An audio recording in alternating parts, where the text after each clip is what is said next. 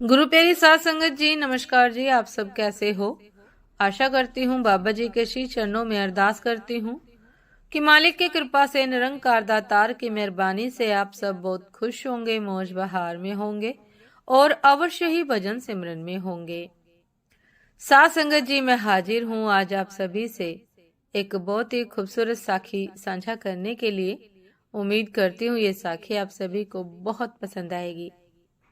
तो साथ संगत जी, चलिए आइए समय ना गवाते हुए साखी को आप सभी से साझा करते हैं जी। साथ संगत जी, सलोचना वासुकी नाग की पुत्री और लंका के राजा रावण के पुत्र मेघनाथ की पत्नी थी। लक्ष्मण के साथ हुए एक भयंकर युद्ध में मेघनाथ का वध हुआ। उसके कटे हुए शीश को भगवान श्री राम के शिविर में लाया गया था। अपने पति की मृत्यु का समाचार पाकर सलोचना ने अपने ससुर रावण से राम के पास जाकर पति का शीश लाने की प्रार्थना की, किंतु रावण इसके लिए तैयार नहीं हुआ।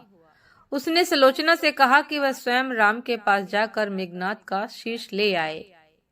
क्योंकि राम पुरुषोत्तम है, इसलिए उनके पास जाने में तुम्हें किसी भी प्रकार का भय नहीं करना चाहिए। रावण के महापराक्रमी पुत्र इंद्रजीत अर्थात मेघनाथ का वध करने की प्रतिज्ञा लेकर लक्ष्मण जिस समय युद्ध भूमि में जाने के लिए प्रस्तुत हुए, तब राम उनसे कहते हैं कि लक्ष्मण, रण में जाकर तुम अपनी वीरता और रण कौशल से रावण पुत्र मेघनाथ का वध कर दोगे, इसमें मुझे कोई संदेह नहीं है। परंतु एक बात का विशेष ध्यान रखना कि मेघनाथ का मस्तक भूमि पर किसी भी प्रकार ना गिरे, क्योंकि मेघनाथ एक नारी व्रत का पालक है और उसकी पत्नी परम पतिव्रता है। क्योंकि मेघनाथ एक नारी व्रत का पालक है और उसकी पत्नी परम पतिव्रता है। ऐसी साध्वी के पति का मस्तक अगर पृथ्वी पर गिर पड़ा तो हमारी सारी सेना का विध्वंस हो जाएगा और हमें युद्ध में विजय की आशा त्याग देनी पड़ेगी। लक्ष्मण अपनी सेना लेकर चल पड़े। समर भूमि में उन्होंने वैसा ही किया। युद्ध में अपने बाणों से उन्होंने मेघनाथ का मस्तक उतार लिया, पर उसे पृथ्वी पर नहीं गिरने दिया। हनुमान उस मस्तक को रघुनंदन के पास ले आए। मेघनाथ की दाहिनी भुजा आकाश में उड़ती हुई उसकी पत्नी सुलोचना के पास जाकर गिरी। सुलोचना चकित हो गई।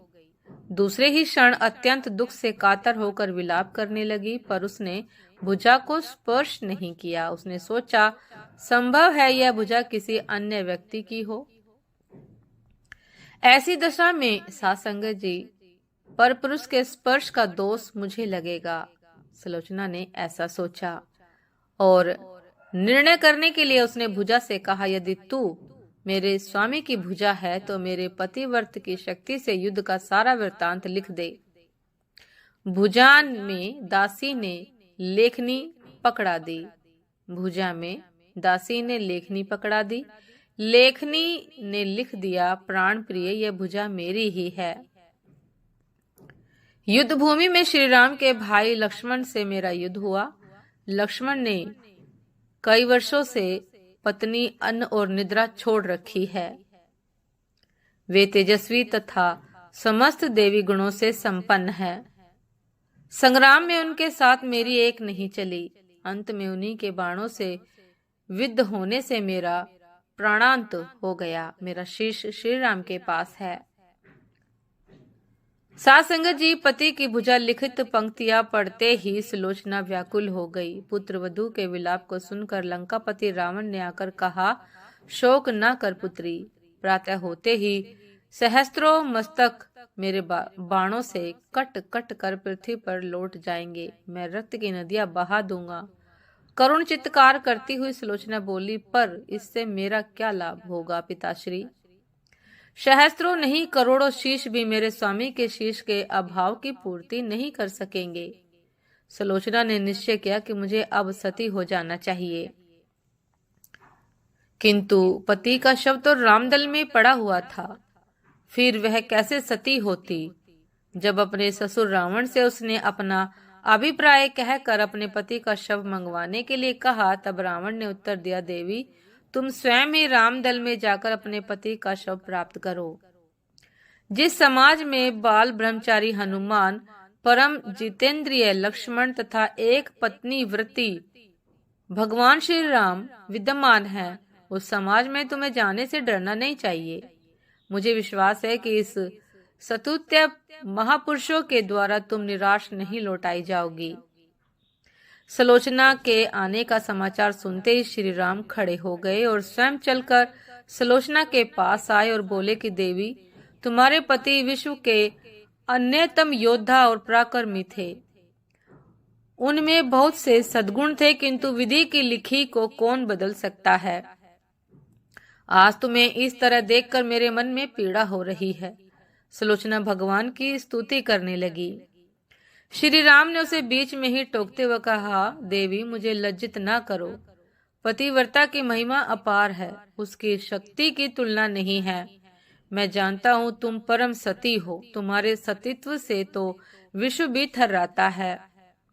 अपने स्वयं यहाँ आने का कारण बताओ, बताओ कि मैं तुम्हारी किस प्रकार सहायता कर सकता हूँ। साथ संगत जी, सलोचना ने अश्रुपूर्ति नयनों से प्रभु की ओर देखा और बोली कि राघवेंद्र, मैं सती होने के लिए अपने पति का मस्तक लेने के लिए यहाँ पर आई हूँ। श्री राम ने शीघ्र ही ससम्मान मेघनाथ का शीश मंगवाया और सलोचना को दे दिया। पति का छिन्न शीश देखते ही सलोचना का हृदय अत्यधिक द्रवित हो गया। उसकी आंखें बड़े जोरों से बरसने लगी। रोते रोते उसने पास खड़े लक्ष्मण की ओर देखा और कहा कि सुमित्रा नंदन, तुम भूल कर भी गर्व मत करना कि मेघनाथ का वध मैंने किया है। मेघनाथ को धराशायी करने की शक्ति विश्व में किसी के पास नहीं थी। यह तो दो पतिव्रता नारियों का भाग्य था। आपकी पत्नी भी पतिव्रता है और मैं भी पति चरणों में अनुरक्ति रखने वाली उनकी अनन्य उपासिका हूँ।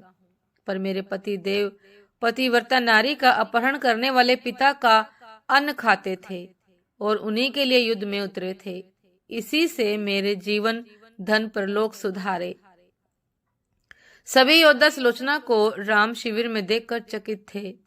वे यह नहीं समझ पा रहे थे कि सुलोचना को यह कैसे पता चला कि उनके पति का शीश भगवान राम के पास है।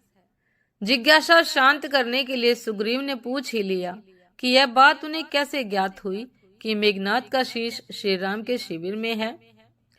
सुलोचना ने स्पष्टता से बता दिया, मेरे पति की भुजा युद्ध भूमि से उड़ती हुई मेरे पास चली गई थी। उसी ने लिखकर मुझे बता दिया। व्यंग भरे शब्दों में सुग्रीव बोल उठे, निष्प्राण भुजा यदि लिख सकती है, फिर तो यह कटा हुआ शीश भी हंस सकता है। फिर तो यह कटा हुआ शीश भी हंस सकता है। श्री राम ने कहा कि व्यर्थ बातें ना करो मित्र, व्यर्थ बातें ना करो। पतिव्रता के महात्म्य को तुम नहीं जानते। यदि वह चाहे तो यह कटा हुआ शीश हंस सकता है, यदि वह चाहे तो यह कटा हुआ सिर भी हंस सकता है। श्री राम की मुख कृति देखकर सुलोचना उनके भावों को समझ गई। उसने कहा, यदि मैं मन वचन और कर्म से पति को देवता मानती हूँ तो मेरे पति का यह निर्जीव मस्तक हंस उठे। सुलोचना की बात पूरी भी नहीं हुई थी कि कटा हुआ मस्तक जोरों से हंसने लगा। यह देखकर सभी दंग रह गए। सभी ने पतिव्रता सुलोचना को प्रणाम किया। सभी पतिव्रता की महिमा से परिचित हो गए थे। चलते समय सुलोचना ने श्री राम से प्रार्थना की कि भगवान, आज मेरे पति की अंत्येष्टि क्रिया है और मैं उनकी सहचरी उनसे मिलने जा रही हूँ, अतः आज युद्ध बंद रहे। श्री राम ने सुलोचना की प्रार्थना स्वीकार कर ली। सुलोचना पति का सिर लेकर वापस लंका आ गई। लंका में समुद्र के तट पर एक चंदन की चिता तैयार की गई। पति का शीश गोद में लेकर सुलोचना चिता पर बैठी और धधकती हुई अग्नि में कुछ ही क्षणों में सती हो गई। कुछ ही क्षणों में उस अग्नि में समा गई, सती हो गई। साथ संगत जी, ये थी आज की एक बहुत ही खूबसूरत साखी। उम्मीद करती हूँ ये साखी, ये वृतांत आप सभी को बहुत पसंद आया होगा। यदि पसंद आया हो साथ संगत जी तो लाइक कमेंट शेयर करना ना भूलिएगा। चैनल पर जो भी नए हैं कृपा करके सब्सक्राइब कर लीजिएगा ताकि चैनल पर मिलने वाली सभी शब्द साखियों की अपडेट आप सभी को समय पर मिलती रहे। साथ संगत जी, आप हमें इंस्टाग्राम पर भी फॉलो कर सकते हैं।